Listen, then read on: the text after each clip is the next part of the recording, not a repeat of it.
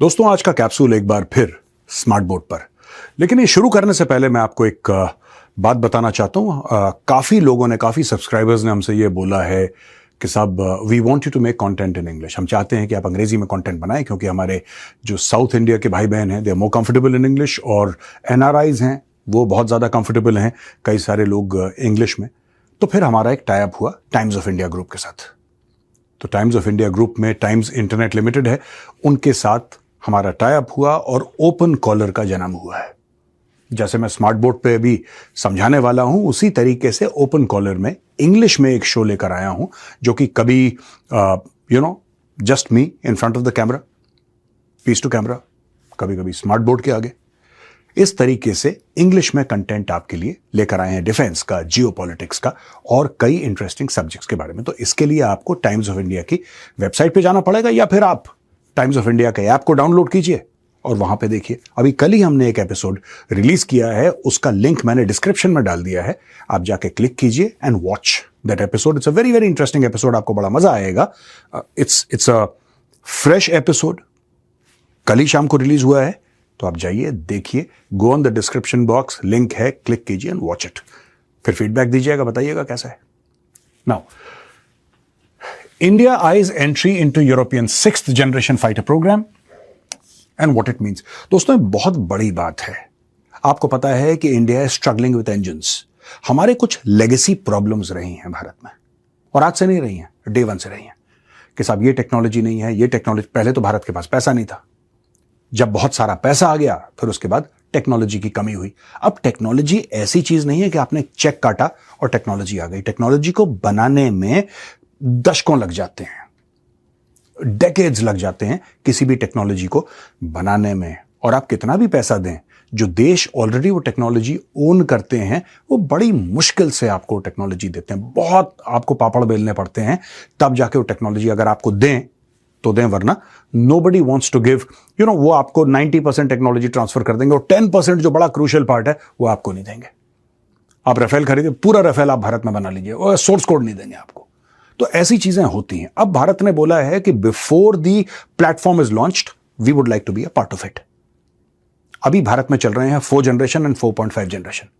तो मैं आपको 5th जनरेशन प्रोग्राम के बारे में बताऊंगा, और यह भी बताऊंगा ये जो भारत करने जा रहा है 6th जनरेशन, ये 10 साल के बाद लॉन्च हो रहा है। लेकिन भारत ने बोला है कि आज से हम पैसा लगाने को तैयार हैं। Ministry of Defense has informed the Parliamentary Standing Committee on Defense that the IAF, Indian Air Force, is exploring collaboration with one of the 2 European consortia currently working on 6th generation fighters। तो 6th generation fighters के ऊपर 2 ऐसे कंसोर्शिया हैं Europe के जो काम कर रहे हैं, और हम लोग दोनों में से किसी एक को चूज करेंगे और उसमें अपना पैसा लगाएंगे। तो पैसा लगाने से क्या होगा दोस्तों? अरबों डॉलर भारत लगाएगा, रिसर्च एंड डेवलपमेंट वो लोग करेंगे, हम लोग भी करेंगे, हमारे भी साइंटिस्ट जाएंगे, हमारे भी इंजीनियर्स जाएंगे, मिलके ये जेट बनाएंगे, फिर वो टेक्नोलॉजी हमारी भी होगी। तो the UK Italy Japan partnership developing the Global Combat Air Programme GCAP, previously known as Tempest. तो दोस्तों, ये GCAP का एक मॉडल आप AI जनरेटेड देख लीजिए, यहां पे ये है, ये कुछ ऐसा है। The France, Germany, Spain Future Combat Air System। The Global Combat Air Program GCAP brings together the United Kingdom, Italy and Japan in what could become the world's first operational 6th generation fighter by the mid-2030s. Meanwhile, the Future Combat Air System led by France, Germany and Spain is pursuing a similar timeline. The committee was told that the IAF intends to evaluate joining forces with one of these projects to ensure that India does not lag behind in the development of advanced combat aircraft technologies। तो अब दोस्तों ये 2 हैं, ये FCAS है और ये GCAP है, दोनों के दोनों। अच्छा, इसमें मैं आपको बता दूं क्या चल रहा है। जो ये पूरा मामला है ना, ये FCAS का, फ्रांस एंड जर्मनी, इनके बीच में थोड़ा सा फर्क है, इन द सेंस दैट इनके बीच में डिस्प्यूट चल रहे हैं अभी, फ्रांस और जर्मनी के बीच में। या तो भारत ये बोले क्योंकि हमारे पास राफेल भी है और हमने वैसे ही अरबों डॉलर, अभी वो तकरीबन आई थिंक 36 या 40 अरब डॉलर का हमने एक रिकॉर्ड ऑर्डर दिया है। तो अगर फ्रांस के साथ हम लोग करते हैं, फिर अगर जर्मनी और स्पेन भी है इसमें, अगर ये लोग नहीं चाहते तो India can say that okay ठीक है, हम और फ्रांस और स्पेन मिला के, Germany does not wish to be a part, it's all right. क्योंकि जब फ्रांस बनाएगा, फ्रांस के पास एयरक्राफ्ट कैरियर है, मैं आपको बता देता हूं, कई इसमें पॉइंट ऑफ डिफरेंसेस हैं बिटवीन फ्रांस एंड जर्मनी। लेकिन मैं आपको मुख्य तौर पे एक दो बता दूं। फ्रांस के पास एयरक्राफ्ट कैरियर हैं, जर्मनी के पास एयरक्राफ्ट कैरियर नहीं है। अब जर्मनी कहता है कि हमें तो ऐसा वेरिएंट चाहिए ही नहीं, और वो आपको डे वन से डिजाइनिंग में पैसा डालना पड़ेगा। आप ऐसा नहीं कर सकते कि उसने दो किस्म की एक सैंडविच है विद चीज और एक विदाउट चीज, तो आपने बोला भैया विदाउट चीज दे देना, ऐसा तो होता नहीं है वो। This is something that you have to get involved from day one and then put your monies and then put your scientific talent behind it. एक रिसर्च एंड डेवलपमेंट होगी, हिट एंड ट्रायल होगी, कई सारी चीजें होंगी, और ये लंबा प्रोग्राम है। जर्मनी ने बोला है कि साहब we are not interested in the marine version, क्योंकि हमें उससे कोई लेना, वी डोंट केयर। तो यहां पे जो 3 लोग हैं उनमें से सिर्फ और सिर्फ फ्रांस के पास एयरक्राफ्ट कैरियर है। यहां पे अगर आप देखेंगे ग्लोबल कॉम्बैट एयर प्रोग्राम, यहां पे United Kingdom has got an aircraft carrier and Italy and Japan no. तो अब इशू यह है कि कौन किधर पैसा लगाना चाहता है। भारत कह रहा है कि हम दोनों को इवैल्यूएट करेंगे and India will give money. तो मेरी सिर्फ एक रिक्वेस्ट है गवर्नमेंट से कि अगर आपको करना है तो आप जल्दी कीजिए, और इसमें सिर्फ टेक्निकली नहीं, इसमें जियोपॉलिटिकली भी इन्वॉल्व होना पड़ेगा सरकार को। अब मैं आपको बताता हूं कि यूके है, इटली है, जापान है, India has good terms with all these countries. अगर मैं आपको ये 6 देश हैं, यहां पे यूके, इटली एंड जापान, और यहां पे France, Germany and Spain, Bharat के सबसे बेहतरीन ताल्लुकात हैं। लेकिन अगर भारत का कोई सॉलिड डिफेंस पार्टनर है तो वो है फ्रांस। और मुझे ऐसा लगता है कि क्योंकि भारत के आज से नहीं 40, 50, 60 साल से भारत के फ्रेंच के साथ बहुत अच्छे ताल्लुकात हैं, specially in fighter aircrafts, right? तो भारत हो ना हो इस तरफ टिल्ट कर सकता है। ये मेरा अनुमान है, हो सकता है गलत अनुमान हो सकता है एनालिसिस गलत हो, लेकिन ये चल रहा है। तो India is now putting money in a 6th generation fighter programme. Parliamentary standing committee on defence को ब्रीफ कर दिया गया है। How India is planning its next air combat leap amid global race India is considering joining one of these groups. अब यही है, the idea is to avoid falling behind in a domain where development cycles can stretch over 2 decades. अब दोस्तों जो हमारी development cycle रही है खासतौर से तेजस की, वो तो लोग कह रहे हैं 2 decades, हमारी तो पता नहीं है 1983-84 में तेजस लॉन्च हुआ था। It's that old. और आप देख सकते हैं अभी तक क्या नतीजा उसका निकला है कि Tejas great jet, nothing against the Tejas, we still don't have the engine. और अमेरिका जब चाहे इंजन रोक दे, जब चाहे इंजन दे दे, वो अमेरिका की मर्जी है। आपने पूरे पैसे दे दिए, पैसे आपके पास हैं, मोटी चेकबुक है, काटा, आपने बोला इतने अरब डॉलर ले लो। अब वो अमेरिका के ऊपर है। आपने अमेरिका की बात यूक्रेन में नहीं मानी, तो अमेरिका ने बोला भाई साहब जो इंजन हमने आपको देने थे ना, 5 इंजन आने थे अगले महीने, अब वो दिसंबर में आएंगे, क्योंकि हमारी थोड़ी सप्लाई चेन की प्रॉब्लम है।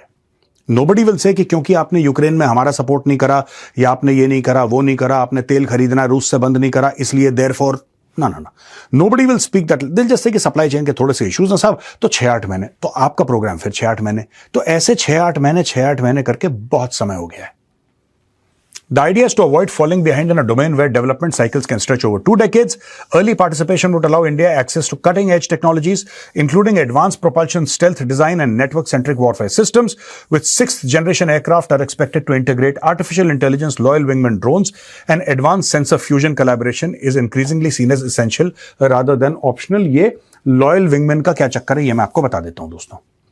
It's very simple. आप देखिए, मैं आपको simplified terms में समझा रहा हूं। ये इतना सिंपल नहीं है, it's a very very complex issue.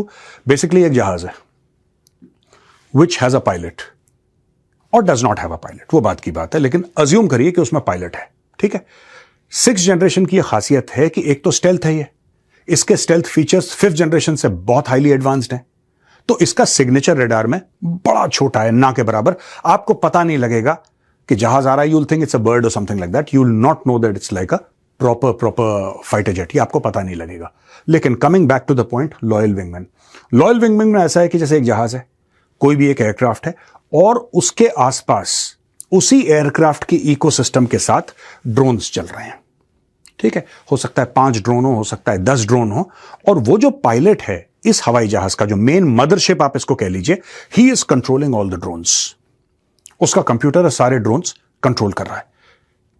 वो भी जेट्स हैं, उनमें भी मिसाइल्स हैं, लेकिन उनमें पायलट्स नहीं है। They are drones and they are travelling at the same supersonic speed that this aircraft is flying at, and the pilot is controlling the whole ecosystem. अब पायलट उनको इंडिविजुअली टास्क करता है। Pilot अपने computer में enter करता है उड़ते उड़ते कि जी तुम वहां पे जाओ, तुम वहां पे जाओ, तुम वो 10 ड्रोन्स को 10 डिफरेंट टास्किंग देता है और वो अलग से जाते हैं, they are controlled by artificial intelligence, अलग अलग 10 टारगेट्स पे। वो 5 हो सकते हैं, मैं 10 एक एग्जांपल दे रहा हूं आपको। They can independently go and strike that targets and come back. इसमें फायदा क्या है? जहाज अगर आपका गिरता है दोस्तों तो वो नुकसान है, लेकिन उस नुकसान की भरपाई हो सकती है। अगर भगवान ना करे आपका पायलट चला गया तो वो बहुत मुश्किल हो जाता है फिर। तो यहां पे पायलटलेस aircraft is the future. And ये जो 6th जनरेशन, अब आप समझ लीजिए आज की तारीख में अगर 10 जहाज उड़ेंगे तो आपको 10 पायलट चाहिए। 6th जनरेशन में अगर 10 जहाज उड़ेंगे तो आपको एक पायलट चाहिए, बाकी एक पायलट, बाकी रिमोट कंट्रोल ड्रोन्स को, which are as good as fighter jets. जब वो बनेंगे तब की बात कर रहा हूं, आज की बात नहीं कर रहा मैं। Today they are not, but maybe 10-15 years down the line with advanced AI platforms etcetera which have come up, they going to be as good और even better, some are saying. तो they will take on different targets. That is the entire idea. अब यहां पे दोस्तों India's immediate focus remains on the AMCA. Its indigenous 5th generation stealth fighter designed as a twin engine aircraft with advanced stealth, internal weapon base and AI enabled systems. The AMCA is expected to form the backbone of the IS future fleet from the mid 2030s. तो जब India दोस्तों, अब ये जो है ना, आप देखिए जो 6th जनरेशन फाइटर जेट की बात कर रहे हैं, ये भी mid 30s की बात कर रहे हैं, right, which is approximately 10 years from now. और जो 5th जनरेशन है ये भी बात कर रहे हैं mid 30s की, यानी कि भारत की फ्लीट में जो 5th जनरेशन और 6th जनरेशन एयरक्राफ्ट है उसमें 2-3 साल का फर्क होगा। पहले 5th आ जाएगा, फिर 6th आ जाएगा, लेकिन एक साथ ही जाएंगे। अब दोस्तों यहां पे जो AMCA है, AMCA भारत का, ये समझाना बड़ा जरूरी है। The IAF is planning to induct 7 squadrons of 126 aircraft in the initial phase. It is not expected to be ready for induction into the Air Force before 2035. तो ये AMCA की बात हम लोग कर रहे हैं, ये AMCA है दोस्तों, और ये कह रहे हैं कि 2035 तक AMCA आ जाएगा और इसमें 7 स्क्वाड्रन्स की ये लोग बात कर रहे हैं। 114 एयरक्राफ्ट राफेल के आप ऑलरेडी ऑर्डर दे चुके हैं, वो तो बहुत पहले आ जाएंगे खैर, because Rafale is very very quick. और आप मान के चलिए कि आपको 1-2 साल में खबर आना शुरू हो जाएगी कि पहले 2 एयरक्राफ्ट आ गए, 3 एयरक्राफ्ट, इस तरीके से, और भारत में भी बन रहा है। तो एक इकोसिस्टम भारत में तैयार हो रहा है। तो let's talk about 4 ecosystems here. एक तो दोस्तों तेजस का, जो हमारी GE से बात कर रहे हैं हम लोग कि भाई आप पूरी की टेक्नोलॉजी हमें ट्रांसफर कर दीजिए, पूरी की पूरी।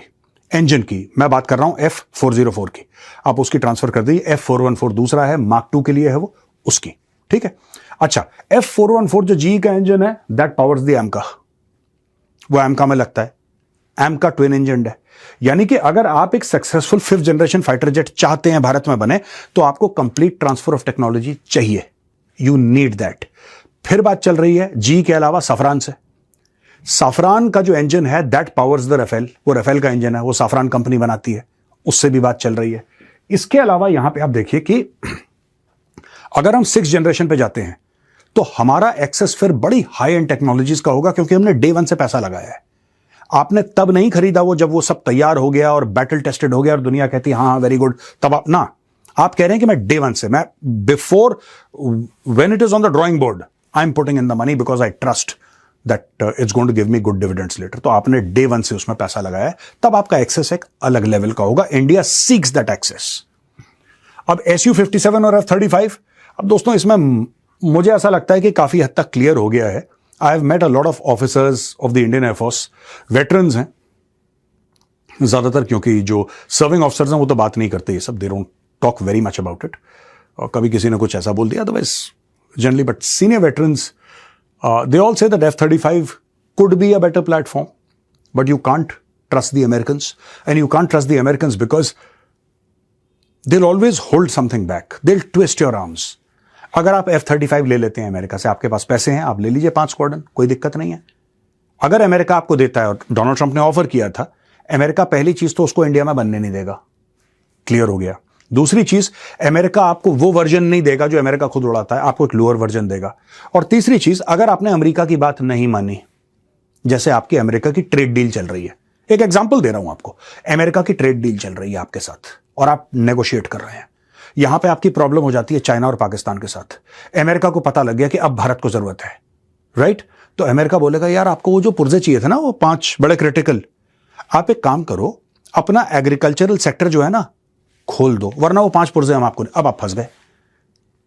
अगर आप एग्रीकल्चरल जो मुद्दे हैं आपके, अगर आप उसमें अग्री करते हैं तो आपके किसानों को नुकसान होता है, राइट? और अगर आप नहीं करते हैं तो दूसरा देश आपको हमला करेगा, आपके F-35 उड़ नहीं पाएंगे जिसके लिए आपने अरबों डॉलर दिए हैं। अमेरिका ऐसे फंसाता है। पर जब आप बात करते हैं Su-57 की, रशिया ने बोला है बॉस आपको सोर्स कोड चाहिए, आपको जो चाहिए हम आपके साथ बैठ के बनवा भी देंगे। नासिक में फैक्ट्री भी आइडेंटिफाई कर ली, सुखोई 30 बनता है, 57 भी बन जाएगा, ये लो पैसे रखो, ये लो कहानी खत्म करो। तो क्या इंडिया को आज की तारीख में Su-57 लेना चाहिए? इसके ऊपर बहस चल रही है। India's mega 114 Rafale jet plan, इसके ऊपर भी हमने बात करी है, 3.25 लाख करोड़ का है ये, राइट? और ये तेजस है, तेजस मार्क 1। अब इसके बारे में मैं आपको बता ही चुका हूं। टोटल जो है 180 मार्क 1 ऑर्डर करे हैं, जिसका मैं बता रहा था ना F404 जी का इंजन, F404 जो हम चाहते हैं, वो 404 इसी को मार्क 1 को चलाता है। और मार्क 2 के लिए जो एडवांस वर्जन है उसका वो 414 है, वो भी जी का इंजन है। तो मैं इसके ऊपर नहीं जाऊंगा, लेकिन दोस्तों मुझे ऐसा लगता है, जो मेरी बहुत लिमिटेड अंडरस्टैंडिंग है, कि इंडिया को कम से कम कुछ स्क्वाड्रन्स खरीद के खत्म कर देनी चाहिए, क्योंकि ये जो जेट है आपको चाहिए, पहली चीज। दूसरी चीज, जैसा हमने आपको बताया, टाइमलाइन जिसकी क्या है, आपका जो खुद बनेगा वो 10 साल के बाद आएगा।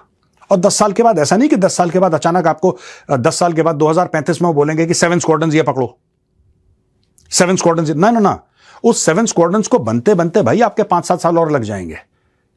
वो तो आपका 2035 में आपका जेट तैयार हो जाएगा, फिर आप उसको प्रोडक्शन के ऑर्डर देंगे, फिर ये होगा, फिर वो होगा, 10 चीजें होंगी।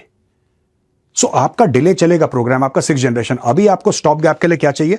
अगर आपको ऐसा लगता है कि this jet is good and Russia is offering everything, आप 5-7 स्क्वाड्रन्स का ऑर्डर देके इसको खत्म करिए, इसको खत्म करिए। कारण यह है कि आप 5-7 स्क्वाड्रन्स का आज की तारीख में ऑर्डर देंगे, आपकी वैसी जैगुआर की जो स्क्वाड्रन्स हैं वो कुछ साल में फेज आउट होने वाली हैं। MiG-21 बाइसन आपका चला गया है, तेजस आपका डिले चल रहा है, आपके पास रेडीमेड प्लेटफॉर्म है, रशिया आपको ऑफर कर रहा है। और रशिया इसलिए ऑफर कर रहा है क्योंकि रशिया की जंग की मजबूरियां हैं। मैं आपको फ्लैट बता दूं, आप ये मत सोचना कि रशिया 100% ट्रांसफर ऑफ टेक्नोलॉजी कर देता है क्योंकि दोस्त है, नहीं। ब्रह्मोस की नहीं करी उसने। आज की तारीख में भी अगर इंडिया एक्सपोर्ट करता है BrahMos, we require permission from the Russians. आज की तारीख में ये क्लैरिटी मैं आपको देना चाहता हूं। तो अगर आपको मिल रहा है, आप इसको स्नैप अप कीजिए और 5-7-10 स्क्वाड्रन, आप जितनी मर्जी, whatever the requirement of the air force, I am nobody to say that इतना कर लेना चाहिए, whatever the case may be, just give that order so at least it starts coming in. क्योंकि 4-5 साल के अंदर वो आपकी करीब 5 या 6 स्क्वाड्रन्स हैं जैगुआर के, those are getting phased out. उसकी रिप्लेसमेंट में आपको चाहिए तो अभी ऑर्डर करना पड़ेगा।